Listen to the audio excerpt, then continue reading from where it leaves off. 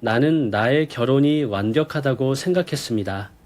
하지만 어느 날 익명의 이메일이 내 삶을 완전히 뒤바꿔 놓았습니다. 그 안에 담긴 사진은 나를 혼란에 빠뜨렸고 수백 가지의 질문이 머릿속을 떠다녔습니다.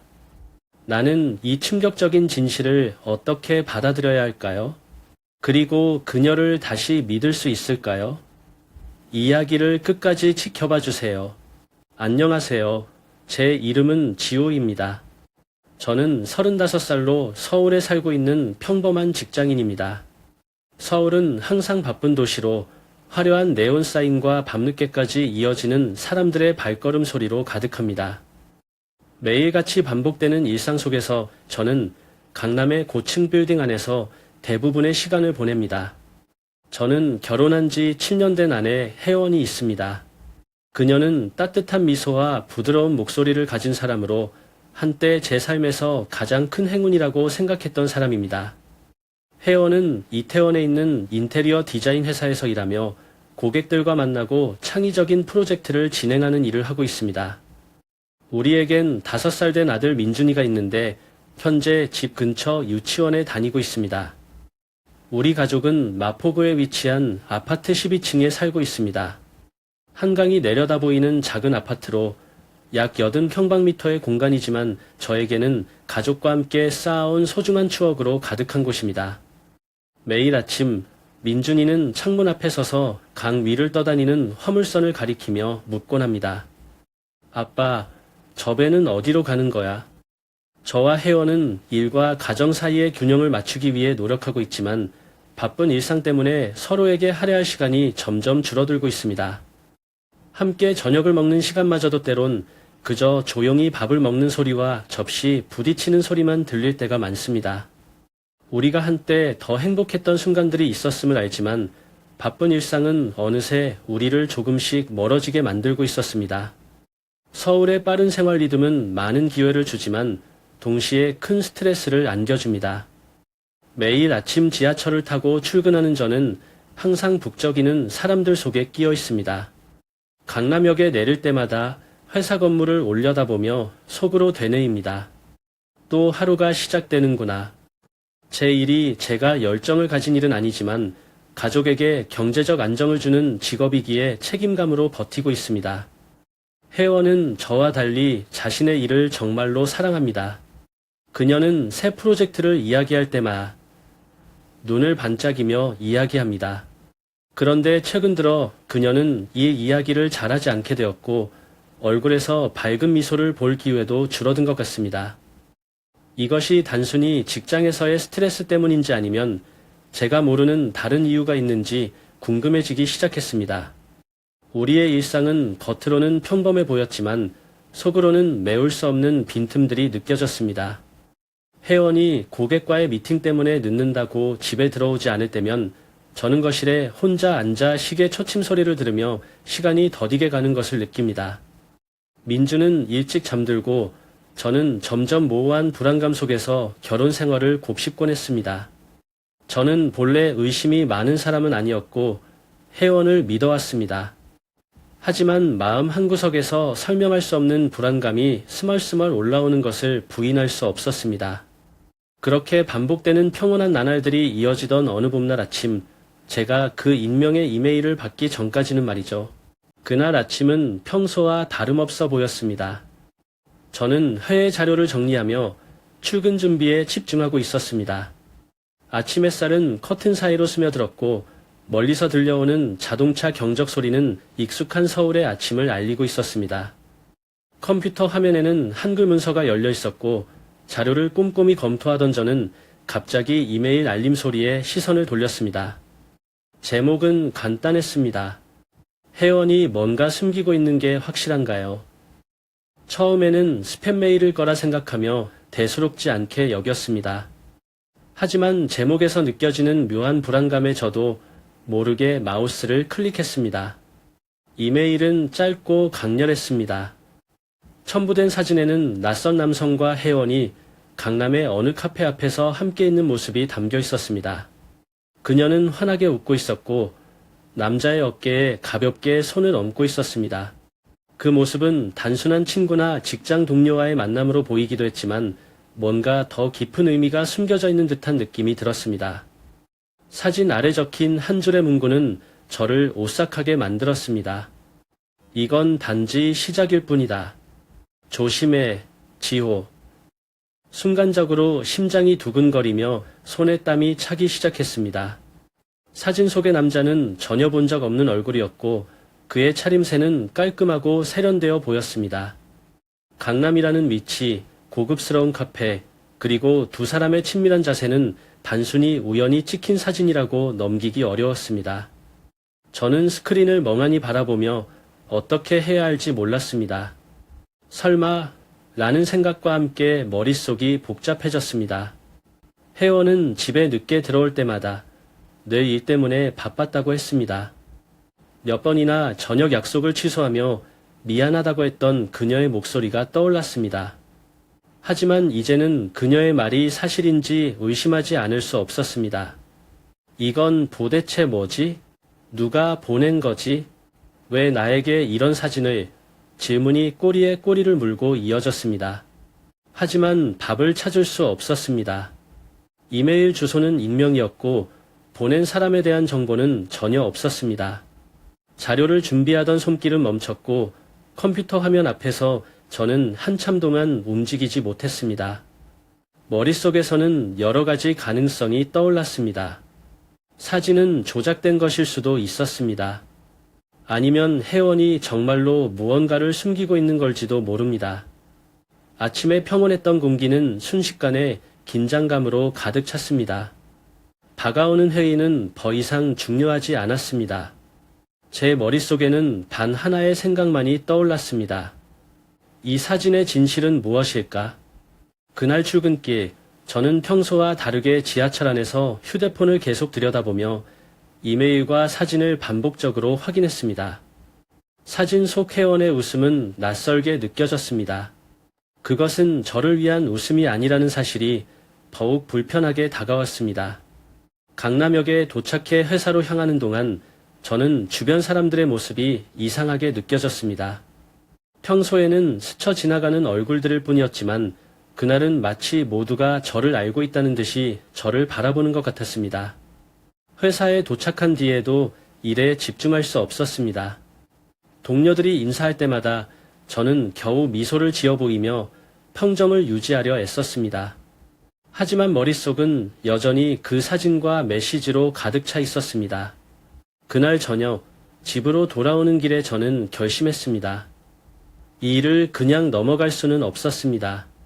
제가 직접 확인하지 않는 한 이 의심과 불안은 사라지지 않을 것이 분명했습니다. 그날 하루 종일 저는 사진을 잊으려 애썼습니다. 사진이 단순한 오해나 누군가의 장난일 수도 있다고 스스로를 위로했지만 머릿속에서 그 장면이 떠나질 않았습니다. 저 웃음은 뭐지? 단순한 친구와의 만남이라면 왜 이런 사진을 나에게 보냈을까? 계속해서 떠오르는 질문에 제 마음은 편치 않았습니다. 회사에서는 계속 자료를 검토하며 업무에 몰두하려 했지만 집중이 되지 않았습니다. 몇 번이고 컴퓨터 화면에 띄운 문서를 보다가도 사진 속 혜원과 낯선 남자의 얼굴이 자꾸 떠오르며 손이 멈췄습니다. 회의 도중에도 동료의 질문에 답을 제대로 하지 못해 어색한 침묵이 흐르기도 했습니다. 점심시간이 되자 저는 핸드폰을 꺼내 사진을 다시 확인했습니다. 사진 속 배경인 강남의 카페는 제가 자주 가던 곳이 아니었지만 어디서 많이 본 듯한 느낌이 들었습니다. 혜원이 왜 강남에서 이 남자와 만났을까? 그냥 일 때문에였을까? 아니면 다른 이유가 있었을까? 머릿속은 점점 복잡해졌고 저는 혼자 결론을 내릴 수 없었습니다. 퇴근 시간이 가까워지자 저는 집에 돌아가 혜원을 직접 관찰하기로 마음먹었습니다. 그날 밤 집으로 돌아온 혜원은 평소와 다름없이 밝은 표정으로 인사했습니다. 오늘 회사에서 어땠어? 자기? 그녀는 피곤한 듯 보였지만 이상한 점을 찾아볼 수 없었습니다. 그러나 저는 이미 의심에 사로잡혀 그녀의 행동 하나하나를 유심히 관찰하기 시작했습니다. 혜원은 저녁을 먹으며 가볍게 그날의 일들을 이야기했습니다. 하지만 저는 그녀의 말이 귀에 잘 들어오지 않았습니다. 오히려 그녀가 핸드폰을 어떻게 사용하는지, 메시지에 답할 때의 표정, 그리고 갑작스럽게 울리는 전화가 어떻게 처리되는지를 주의 깊게 지켜봤습니다. 그녀의 핸드폰은 몇 번 울렸지만 회원은 그중 2통을 받지 않고 화면을 가볍게 스와이프해 끄는 것을 봤습니다. 누구한테 전화 왔어? 제가 물었습니다. 아, 회사에서 온 거야. 별거 아니야. 회원은 담담하게 대답했습니다. 평소 같았으면 그냥 넘겼겠지만 그 순간에는 그녀의 말투 하나에도 의심이 갔습니다. 저는 또한 그녀가 메시지를 읽고 대답할 때의 태도를 주의 깊게 살폈습니다. 그녀는 메시지를 확인하며 미소를 지었고 곧바로 답장을 보냈습니다. 누구랑 메시지 주고받는 거야? 아, 회사 동료들이야. 프로젝트 관련해서 대화하고 있었어. 회원은 가볍게 웃으며 대답했습니다. 그 말이 거짓말일 리 없다고 스스로를 설득하려 했지만 사진 속 남자의 모습이 자꾸 떠올라 마음을 놓을 수 없었습니다. 저녁 시간이 지나고 회원은 내일 있을 발표 준비를 한다며 서재로 들어갔습니다. 저는 거실에 남아 TV를 켜놓았지만 화면에 집중할 수 없었습니다. 내내 그녀의 서재문을 힐끔거리고 혹시 그녀가 다른 사람과 몰래 연락을 하고 있지는 않은지 궁금해했습니다. 밤이 깊어지자 그녀는 잠이 든 듯 보였습니다. 그러나 저는 좀처럼 잠들 수 없었습니다. 내가 과민 반응하는 걸까? 아니면 정말 뭔가 숨기고 있는 걸까? 그날 밤 저는 천장을 바라보며 온갖 생각에 사로잡혀 뒤척였습니다. 의심이 점점 커져가던 어느 날 저는 결심했습니다. 혼자만의 추측으로 끝내기보다는 확실한 증거를 찾아야겠다고 생각했습니다. 그래서 거실에 작은 카메라를 몰래 설치했습니다. 평범한 시계로 위장된 이 카메라는 집안의 상황을 녹화할 수 있었습니다. 제 자신이 이런 극단적인 선택을 했다는 사실이 믿기지 않았지만 다른 방법이 떠오르지 않았습니다. 카메라를 설치한 후 일주일이 지나 저는 녹화된 영상을 확인했습니다. 평소와 다름없이 회원은 저녁 식사 후 거실 소파에 앉아 휴대폰을 사용하거나 때로는 누군가와 통화를 하고 있었습니다. 하지만 한 가지가 제 눈길을 끌었습니다. 그녀는 자주 한 남성과 통화하고 있었고 그 이름은 준호라고 불렸습니다. 영상을 자세히 살펴보던 중 그녀가 준호와 통화하며 자연스럽게 웃는 장면이 있었습니다. 그녀의 목소리는 따뜻했고 그 대화 속에서 저는 충격적인 말을 들었습니다. 오빠, 제주에서 그때 정말 좋았지? 기억나? 그 말을 듣는 순간 마치 누군가 제 가슴을 세게 치는 것 같았습니다. 제주, 우리는 최근 몇 년 동안 제주에 간 적이 없었습니다. 그녀가 말하는 그때가 언제였는지조차 알 수 없었지만 분명히 제가 모르는 이야기가 있었습니다. 하지만 저는 아직 섣부르게 결론을 내리고 싶지 않았습니다. 혹시나 제가 오해를 하고 있을 가능성을 배제할 수 없었으니까요. 그래서 저는 이 준호라는 남자가 누구인지 알아보기로 마음먹었습니다. 조사를 시작한 저는 먼저 회원의 전화 기록을 조심스럽게 살펴보았습니다. 그녀가 준호와 통화한 시간을 추적하며 그가 카톡 프로필 사진에 올린 정보를 통해 강남의 한 카페에서 일하고 있다는 사실을 알게 되었습니다. 다음 날 저는 카페를 직접 찾아가 보기로 했습니다. 평소와 다름없이 정장을 입고 출근하는 척하며 집을 나섰습니다. 하지만 회사가 아닌 그 카페로 향했습니다. 카페에 도착했을 때 저는 메뉴판을 보는 척하며 카운터에 서 있는 남자를 관찰했습니다. 그가 바로 준호였습니다. 그의 모습은 사진 속 남자와 일치했습니다. 저는 커피 한 잔을 주문하며 대화를 시도했습니다. 여기 커피 정말 맛있다던데요. 추천 메뉴가 뭐예요? 준호는 밝은 미소로 답했습니다. 네, 저희 아메리카노가 인기가 많아요. 한 잔 드려볼까요? 그의 태도는 매우 친절했고 저는 그가 평범한 직원인 척하려 애썼습니다. 그러나 속으로는 그의 모든 움직임과 표정을 주의 깊게 관찰했습니다.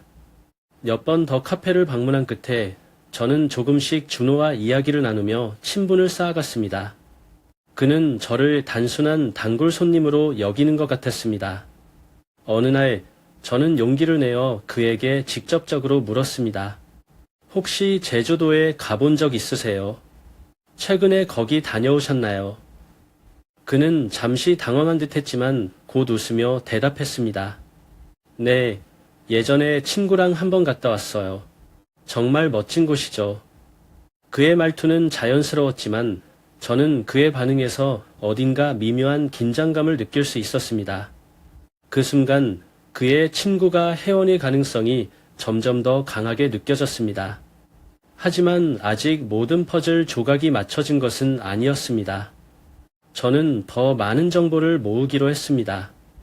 며칠간의 망설임 끝에 저는 결국 준호를 직접 대면하기로 결심했습니다.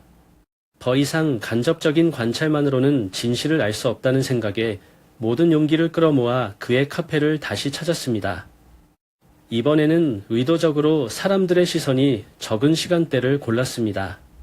카페에 들어선 저는 준호를 찾았고 그는 여전히 밝은 미소를 띠며 일을 하고 있었습니다. 그 모습을 보는 순간 저는 마음속에서 복잡한 감정이 뒤엉켰습니다. 분노, 의심, 그리고 어쩌면 확인되지 않은 질투심까지. 드디어 그는 제 테이블로 다가왔고 저는 커피를 주문하는 척하며 대화를 시작했습니다. 준호 씨, 잠시 이야기 좀 할 수 있을까요? 그는 약간 당황한 듯했지만 곧 미소를 유지하며 자리에 앉았습니다. 물론입니다. 무슨 일이신가요? 저는 한참을 망설이다가 직접적인 질문을 던졌습니다. 혜원 씨를 아시나요? 혹시 어떤 관계인지 여쭤봐도 될까요? 제 목소리에는 약간의 떨림이 섞여 있었지만 이를 숨기려 애썼습니다. 그는 잠시 눈을 깜빡이며 저를 바라보다가 태연하게 대답했습니다. 아, 네, 저희는 대학 동창이에요. 가끔 연락하면서 옛날 이야기를 나누곤 하죠. 그의 말은 합리적이었지만 지나치게 자연스러워 보이는 태도가 오히려 의심을 키웠습니다. 준호는 계속해서 덧붙였습니다. 혜원 씨는 항상 친절한 사람이었어요. 그래서 오랜만에 만났을 때도 기분 좋게 이야기를 나눴죠. 혹시 제가 뭔가 잘못했나요? 그의 질문은 방어적인 듯 보였지만 동시에 자신감이 넘쳐 보였습니다. 마치 그에게는 숨길 것이 전혀 없다는 듯이 행동했습니다. 하지만 그의 태도가 지나치게 차분한 것이 오히려 제게는 이상하게 느껴졌습니다. 혜원과의 만남이 단순한 동창 간의 재회라면 이런 이메일과 사진이 저에게 도착했을까요? 저는 다시 물었습니다. 혹시 최근에 제주도에 다녀오셨나요? 혜원 씨와 같이 간 건 아닌가요? 이번에는 그의 얼굴에 잠깐 미묘한 변화가 스쳤습니다. 하지만 그는 곧 표정을 가다듬고 대답했습니다. 아, 제주도요? 네, 얼마 전에 갔었죠. 그런데 그건 다른 친구들과 함께였어요. 혜원 씨는 아니었습니다. 그의 대답은 논리적이었지만 저는 여전히 마음 한구석에 의심이 남아 있었습니다. 특히 그가 대답하기 전에 잠시 머뭇거렸던 순간이 머릿속에 박혔습니다. 준호와의 대화가 끝난 후 저는 그가 말한 내용이 사실인지 확인해야겠다고 생각했습니다. 그의 말은 논리적으로 들렸지만 그 안에는 뭔가 알 수 없는 미화감이 있었습니다. 카페를 나서는 길 저는 스스로에게 물었습니다. 정말 대학 동창일 뿐일까? 아니면 더 깊은 관계가 숨겨져 있는 걸까? 그날 밤 저는 집으로 돌아가 다시 한번 카메라 녹화 영상을 검토했습니다. 그의 말이 사실인지 확인할 수 있는 단서를 찾으려는 의도였습니다. 영상 속 혜원의 표정과 말투를 꼼꼼히 살피며 준호와의 대화가 단순히 옛날 이야기에 국한되었는지 확인하고 싶었습니다. 하지만 시간이 지날수록 저는 혼란에 빠졌습니다. 제 의심이 정당한 것인지 아니면 제가 스스로를 괴롭히고 있는 것인지 분간할 수 없었습니다. 준호와의 대면 후에도 마음속 의심은 전혀 가라앉지 않았습니다. 그의 태도와 말투가 자연스러워 보였지만 뭔가 설명되지 않는 불편함이 있었습니다. 저는 이 의심을 확실히 풀기 위해 혜원의 대학 시절 친구들과 접촉하기로 결심했습니다. 혜원의 오랜 친구 중 한 명인 수진에게 연락을 했습니다. 수진은 저와도 몇 번 만난 적이 있는 사람으로 솔직하고 믿을 만한 사람이었습니다. 저는 전화통화로 간단히 상황을 설명하며 물었습니다. 수진 씨, 혹시 준호라는 사람 기억나요? 혜원이랑 대학 동창이라고 하던데. 수진은 잠시 생각하더니 대답했습니다. 아, 준호. 당연히 기억나죠. 혜원이랑 같은 과였고 꽤 유명했어요. 준호가 혜원을 많이 좋아했거든요.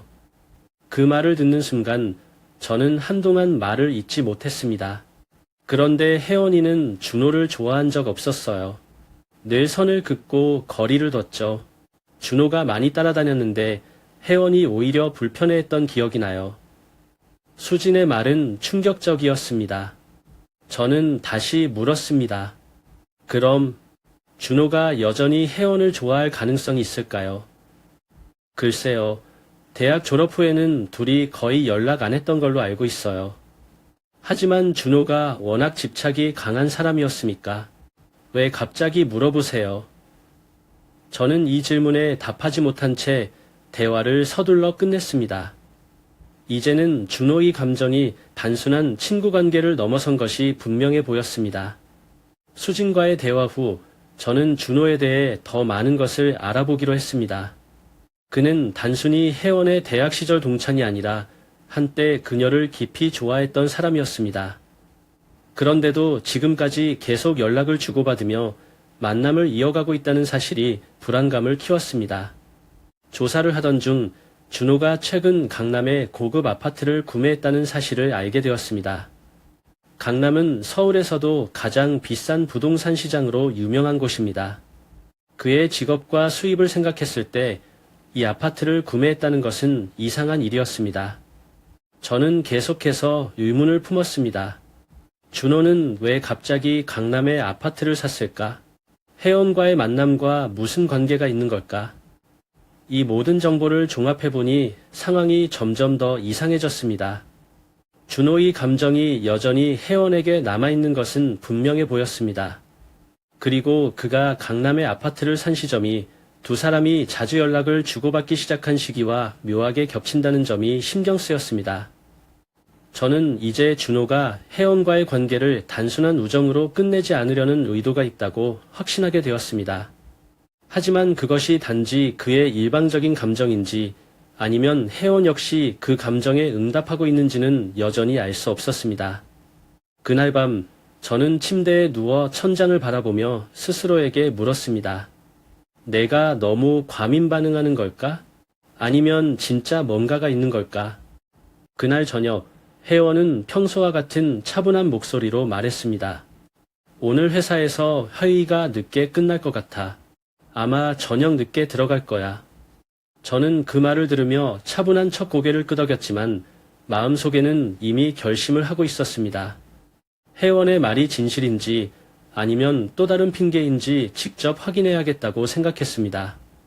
그녀가 집을 나서자 저는 조용히 따라 나섰습니다.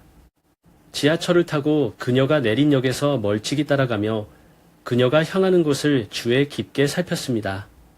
혜원은 강남의 한 고급 레스토랑으로 들어갔고 그곳에는 익숙한 얼굴이 있었습니다. 바로 준호였습니다. 그들은 함께 테이블에 앉아 이야기를 나누고 있었습니다. 두 사람은 편안해 보였고 혜원의 얼굴에는 웃음기가 감돌고 있었습니다. 그 모습을 보는 순간 제 가슴은 뜨겁게 달아올랐습니다. 둘이 여기서 만나는 거지? 이건 단순한 동창 간의 만남이 아닐 거야. 제 머릿속은 온갖 생각으로 가득 찼고 더 이상 참을 수 없었습니다. 저는 레스토랑 문을 열고 안으로 들어섰습니다. 준호와 혜원은 제가 등장하자마자 깜짝 놀란 표정을 지었습니다. 혜원의 얼굴은 순간적으로 창백해졌고 준호는 놀라기는 했지만 곧 침착한 표정을 되찾았습니다. 저는 테이블로 다가가 단도직입적으로 말했습니다. 혜원, 이게 대체 무슨 일이야? 나한테 숨기고 있는 게 뭐야? 혜원은 당황한 듯 눈물을 흘리기 시작했습니다. 지호야, 그런 게 아니야. 이건 그냥 친구와의 만남이었을 뿐이야. 하지만 그녀의 대답은 저를 더 분노하게 만들었습니다. 친구와의 만남. 그래서 내가 모르게 이런 식으로 몰래 만난 거야. 그때 준호가 차분한 목소리로 끼어들었습니다. 지호 씨, 화내지 마세요. 당신이 정말로 진실을 알고 싶다면 제가 전부 말할게요. 그의 태도는 지나치게 여유로웠고 그것이 저를 더욱 불안하게 만들었습니다. 저는 준호를 똑바로 바라보며 말했습니다. 좋아, 말해봐. 대체 무슨 진실을 말하려는 거야?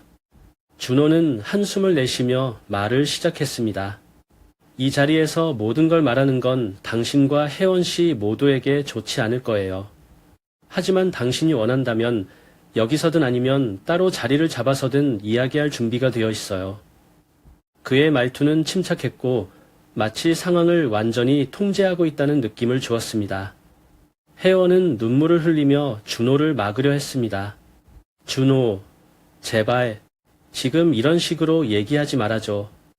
하지만 그녀의 말은 오히려 제 의심을 더 크게 만들 뿐이었습니다. 저는 다시 소리쳤습니다. 혜원, 내가 알아야 할 게 뭐야? 준호가 말하는 진실이 대체 뭐냐고. 그 순간 혜원은 두 손으로 얼굴을 감싸며 흐느끼기 시작했습니다.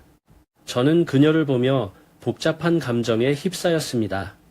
분노, 실망, 그리고 아직도 그녀를 믿고 싶어하는 마음까지. 반면 준호는 계속해서 태연한 태도를 유지하며 말했습니다. 지호 씨, 우선 진정하세요. 이 문제는 당신과 혜원 씨 사이에서 해결해야 할 문제입니다. 하지만 제가 도울 수 있는 부분이 있다면 기꺼이 도와드리겠습니다. 그의 태도는 도발적으로 느껴졌고 저는 더 이상 그의 말을 믿을 수 없었습니다. 도움. 내가 도울 수 있는 건 아무것도 없어. 이건 내 아내와 나의 문제니까 끼어들지 마. 혜원은 울먹이며 간신히 말을 꺼냈습니다. 지호야, 내가 다 설명할게. 하지만 지금은 아니야. 나중에 얘기하자. 제발. 그날 밤 레스토랑을 떠나며 제 머릿속에는 수많은 질문이 떠올랐습니다. 혜원이 대체 무슨 비밀을 숨기고 있는 걸까? 준호는 왜 이렇게 태연하게 행동하는 걸까? 모든 것이 혼란스러웠고 저는 답을 찾기 위해 무엇을 해야 할지 알 수 없었습니다. 그날 밤 준호는 한숨을 내쉬며 천천히 입을 열었습니다. 지호 씨, 당신이 받은 사진과 이메일은 혜원 씨와 저 때문이 아닙니다. 사실 이 모든 것은 당신 직장 동료 중 한 사람이 꾸민 일입니다. 그의 말에 저는 당황하며 물었습니다. 뭐라고? 내 동료라니 그게 무슨 말이야? 준호는 차분하게 말을 이어갔습니다. 제가 알고 있는 바로는 당신 회사에서 누군가가 당신을 질투하고 있습니다. 당신의 성과와 인정받는 위치가 그 사람에게는 큰 스트레스였던 것 같아요. 그래서 당신의 결혼 생활을 망가뜨리려는 계획을 세운 겁니다. 저는 그 말을 믿을 수 없었습니다. 그게 사실이라면 왜 혜원과 너를 이용한 거지? 그리고 왜 너는 이런 일에 휘말린 거야? 준호는 깊은 숨을 들이쉬며 말했습니다. 제가 혜원 씨와 오래된 친구인 건 사실이에요. 대학 시절부터 그녀를 좋아했지만 혜원 씨는 그런 제 감정을 받아들이지 않았습니다. 그 후로는 서로 연락을 거의 하지 않았죠. 그런데 얼마 전에 혜원 씨가 갑자기 저에게 연락을 했습니다. 그 이메일과 사진 때문에 당신이 오해하고 있다고 하더군요. 그는 말을 이어갔습니다. 혜원 씨는 이 일을 해결하려고 했지만 당신이 워낙 예민하게 반응하니 어떻게 해야 할지 몰랐던 것 같아요. 그래서 저를 찾아와 도와달라고 부탁했습니다. 제가 그녀와 직접 만나는 게 당신의 의심을 풀 수 있을 거라고 생각했던 거죠. 혜원은 흐느끼며 고개를 끄덕였습니다. 지호야, 정말 미안해. 나도 어떻게 해야 할지 몰라서 준호한테 부탁한 거야. 나 혼자선 이 상황을 해결할 수 없을 것 같아서. 그 순간 저는 준호와 혜원의 말을 곱씹으며 머릿속에서 상황을 정리하려 애썼습니다. 준호는 다시 한번 입을 열었습니다. 그리고 한 가지 더 있습니다.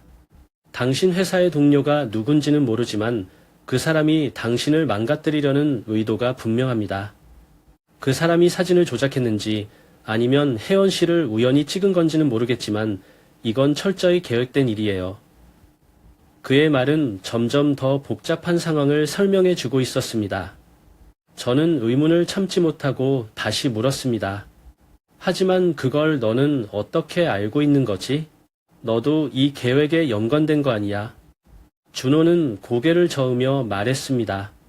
저는 처음엔 몰랐습니다. 하지만 혜원 씨와 이 일을 해결하려다 보니 조금씩 단서를 찾게 됐습니다. 혜원 씨와 당신의 직장에 관련된 이야기를 들으며 퍼즐이 맞춰지는 느낌이었죠. 특히 그 이메일 주소와 문구가 당신 직장 내에서 자주 쓰이는 표현과 비슷했습니다. 혜원은 눈물을 닦으며 저를 바라보았습니다. 지호야, 나 정말 아무 잘못도 없었어. 그리고 준호는 나를 도우려고 한 것뿐이야. 내가 준호를 의심할 필요는 없어. 나중에라도 우리 이 일을 제대로 조사해보자. 그 동료가 누군지 밝혀야 해. 저는 한동안 말을 잇지 못한 채 그들을 번갈아 바라보았습니다. 준호의 태도는 여전히 침착했지만 제 안에서는 믿음과 의심이 뒤섞여 있었습니다. 혜원의 눈물과 간청은 진심으로 느껴졌지만 이 모든 상황이 너무나 복잡했습니다. 그날 밤 혜원은 집으로 돌아와 모든 것을 털어놓았습니다. 그녀는 거실 소파에 앉아 깊은 숨을 내쉬며 입을 열었습니다. 지호야, 정말 미안해. 내가 너한테 말하지 않았던 건 내가 괜히 걱정할까봐 그랬어. 이 모든 게 회사에서 시작된 말도 안 되는 소문이었어. 그녀는 천천히 이야기를 풀어나갔습니다. 회사에서 몇몇 동료들 사이에서 제가 직장에서 인정받고 승진한 것을 질투하는 이들이 있다는 것, 그리고 그들 중 누군가가 이 일을 꾸며낸 것 같다는 사실이었습니다. 난 이 일이 그냥 지나갈 줄 알았어. 그래서 너한테 굳이 말하지 않았던 거야. 하지만 이렇게까지 커질 줄은 몰랐어. 그녀의 말은 설득력이 있었습니다. 그녀의 눈물과 떨리는 목소리는 진심처럼 느껴졌고 그녀가 저를 걱정해서 그랬다는 말은 저를 안심시키는 동시에 미안한 마음이 들게 했습니다. 혜원, 미안해. 내가 너무 쉽게 의심했던 것 같아. 너를 믿어야 했는데. 하지만 마음 한편에서는 또 다른 감정이 스멀스멀 올라왔습니다. 정말로 모든 것을 믿어도 괜찮은 걸까? 그녀의 설명은 논리적이었지만 제 의심을 완전히 사라지게 하지는 못했습니다. 그날 밤 혜원이 잠든 후 저는 혼자 거실에 앉아 있었습니다. 그녀가 말한 모든 것을 곱씹으며 상황을 정리하려 애썼습니다. 하지만 머릿속에서는 또 다른 질문이 떠올랐습니다. 내 동료가 정말 이런 일을 했다고? 그런데 그 사람이 왜 준호를 포함시켰지? 그리고 또 하나, 준호의 태도와 지나치게 자연스러웠던 그의 말투가 머릿속에 맴돌았습니다. 그는 모든 것을 알고 있었던 것처럼 보였습니다. 그의 침착함은 단순히 도움을 주려는 태도 이상으로 느껴졌습니다. 저는 혜원의 말만으로 이 일을 마무리할 수 없다는 생각이 들었습니다. 모든 것이 명확히 밝혀지지 않는 한 저는 결코 마음을 놓을 수 없을 것 같았습니다. 만약 그녀가 정말로 무언가를 숨기고 있다면 그걸 알아내야 한다. 그리고 만약 그녀가 정말 무고하다면 이 상황을 끝내기 위해서라도 진실을 밝혀야 한다. 다음 날 저는 혜원 몰래 그녀의 회사 동료들과 상황을 조사하기로 결심했습니다. 그들이 이 사건에 대해 무엇을 알고 있는지 그리고 누가 이 소문을 퍼뜨렸는지 알아내야 했습니다. 하지만 저는 또 다른 가능성도 염두에 두었습니다. 만약 혜원이 말한 것이 진실이라면 그녀는 단순히 피해자일 뿐일지도 모릅니다. 이 모든 것을 정리하기 위해 그리고 우리의 결혼 생활을 지키기 위해 저는 행동에 나서야 했습니다.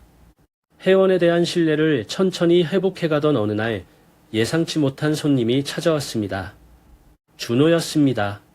그는 갑작스러운 방문에도 여유로운 표정을 짓고 있었습니다. 제가 문을 열자 그는 천천히 말을 꺼냈습니다. 지호 씨, 잠깐 이야기 좀 할 수 있을까요? 그의 태도는 이전과 달리 묘한 긴장감을 자아냈습니다. 저는 어쩔 수 없이 그를 집 안으로 들였습니다. 거실 소파에 앉은 그는 자신의 가방에서 한 장의 사진을 꺼내 제게 내밀었습니다. 그 사진은 몇 년 전 제주도에서 찍힌 것이었습니다. 사진 속에서 혜원과 준호는 밝게 웃고 있었습니다. 배경에는 바다와 함께 유명한 제주도의 돌담이 보였습니다. 이 사진 기억나십니까? 준호는 미소를 지으며 물었습니다. 저는 사진을 받아들고 얼어붙었습니다.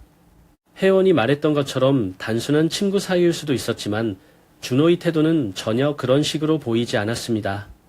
그는 한 걸음 더 나아갔습니다. 만약 제가 원한다면 이 사진을 사용해서 더 많은 일을 벌일 수도 있어요.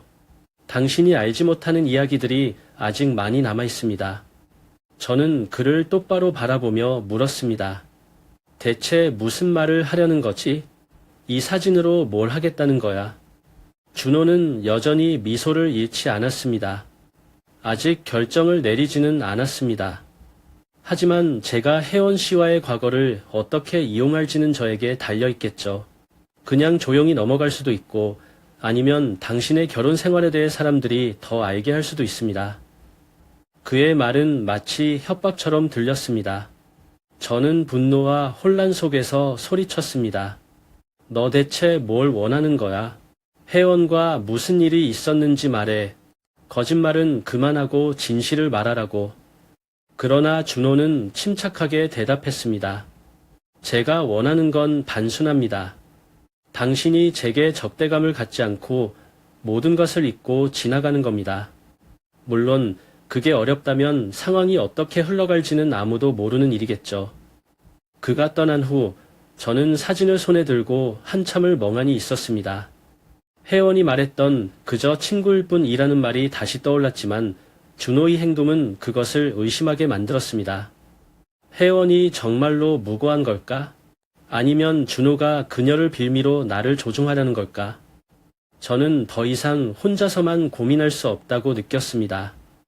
이 문제를 해결하지 않는다면 우리의 결혼은 결국 파국으로 치달을 수밖에 없을 것입니다. 그날 밤 혜원에게 사진을 보여줄지 말지 고민하다가 결국 그녀와 대화하기로 결심했습니다. 혜원, 이 사진에 대해 설명해줘. 준호가 나한테 이걸 보여주면서 협박 비슷한 말을 했어. 대체 무슨 일이 있었던 거야? 그녀는 사진을 보자마자 얼굴이 창백해졌습니다. 이건 대학 시절에 찍은 사진이야. 제주도로 단체 여행을 갔을 때 찍은 거였어. 준호가 왜 이걸 가지고 있는지 모르겠어. 그녀의 말이 진실처럼 들렸지만 저는 여전히 마음 한구석에 불안감이 남아 있었습니다. 모든 상황을 종합해 볼 때 저는 이제 선택의 기로에 서 있었습니다. 혜원을 완전히 믿고 준호의 협박을 무시할 것인지 아니면 더 깊이 조사해 진실을 밝혀낼 것인지 결정해야 했습니다. 이 상황에서 내가 어떻게 해야 하는 걸까? 그날 밤 저는 혜원이 잠든 후 다시 한번 스스로에게 물었습니다. 과연 내 결혼은 이 모든 위기를 이겨낼 수 있을까? 아니면 결국 모든 것을 잃게 될까?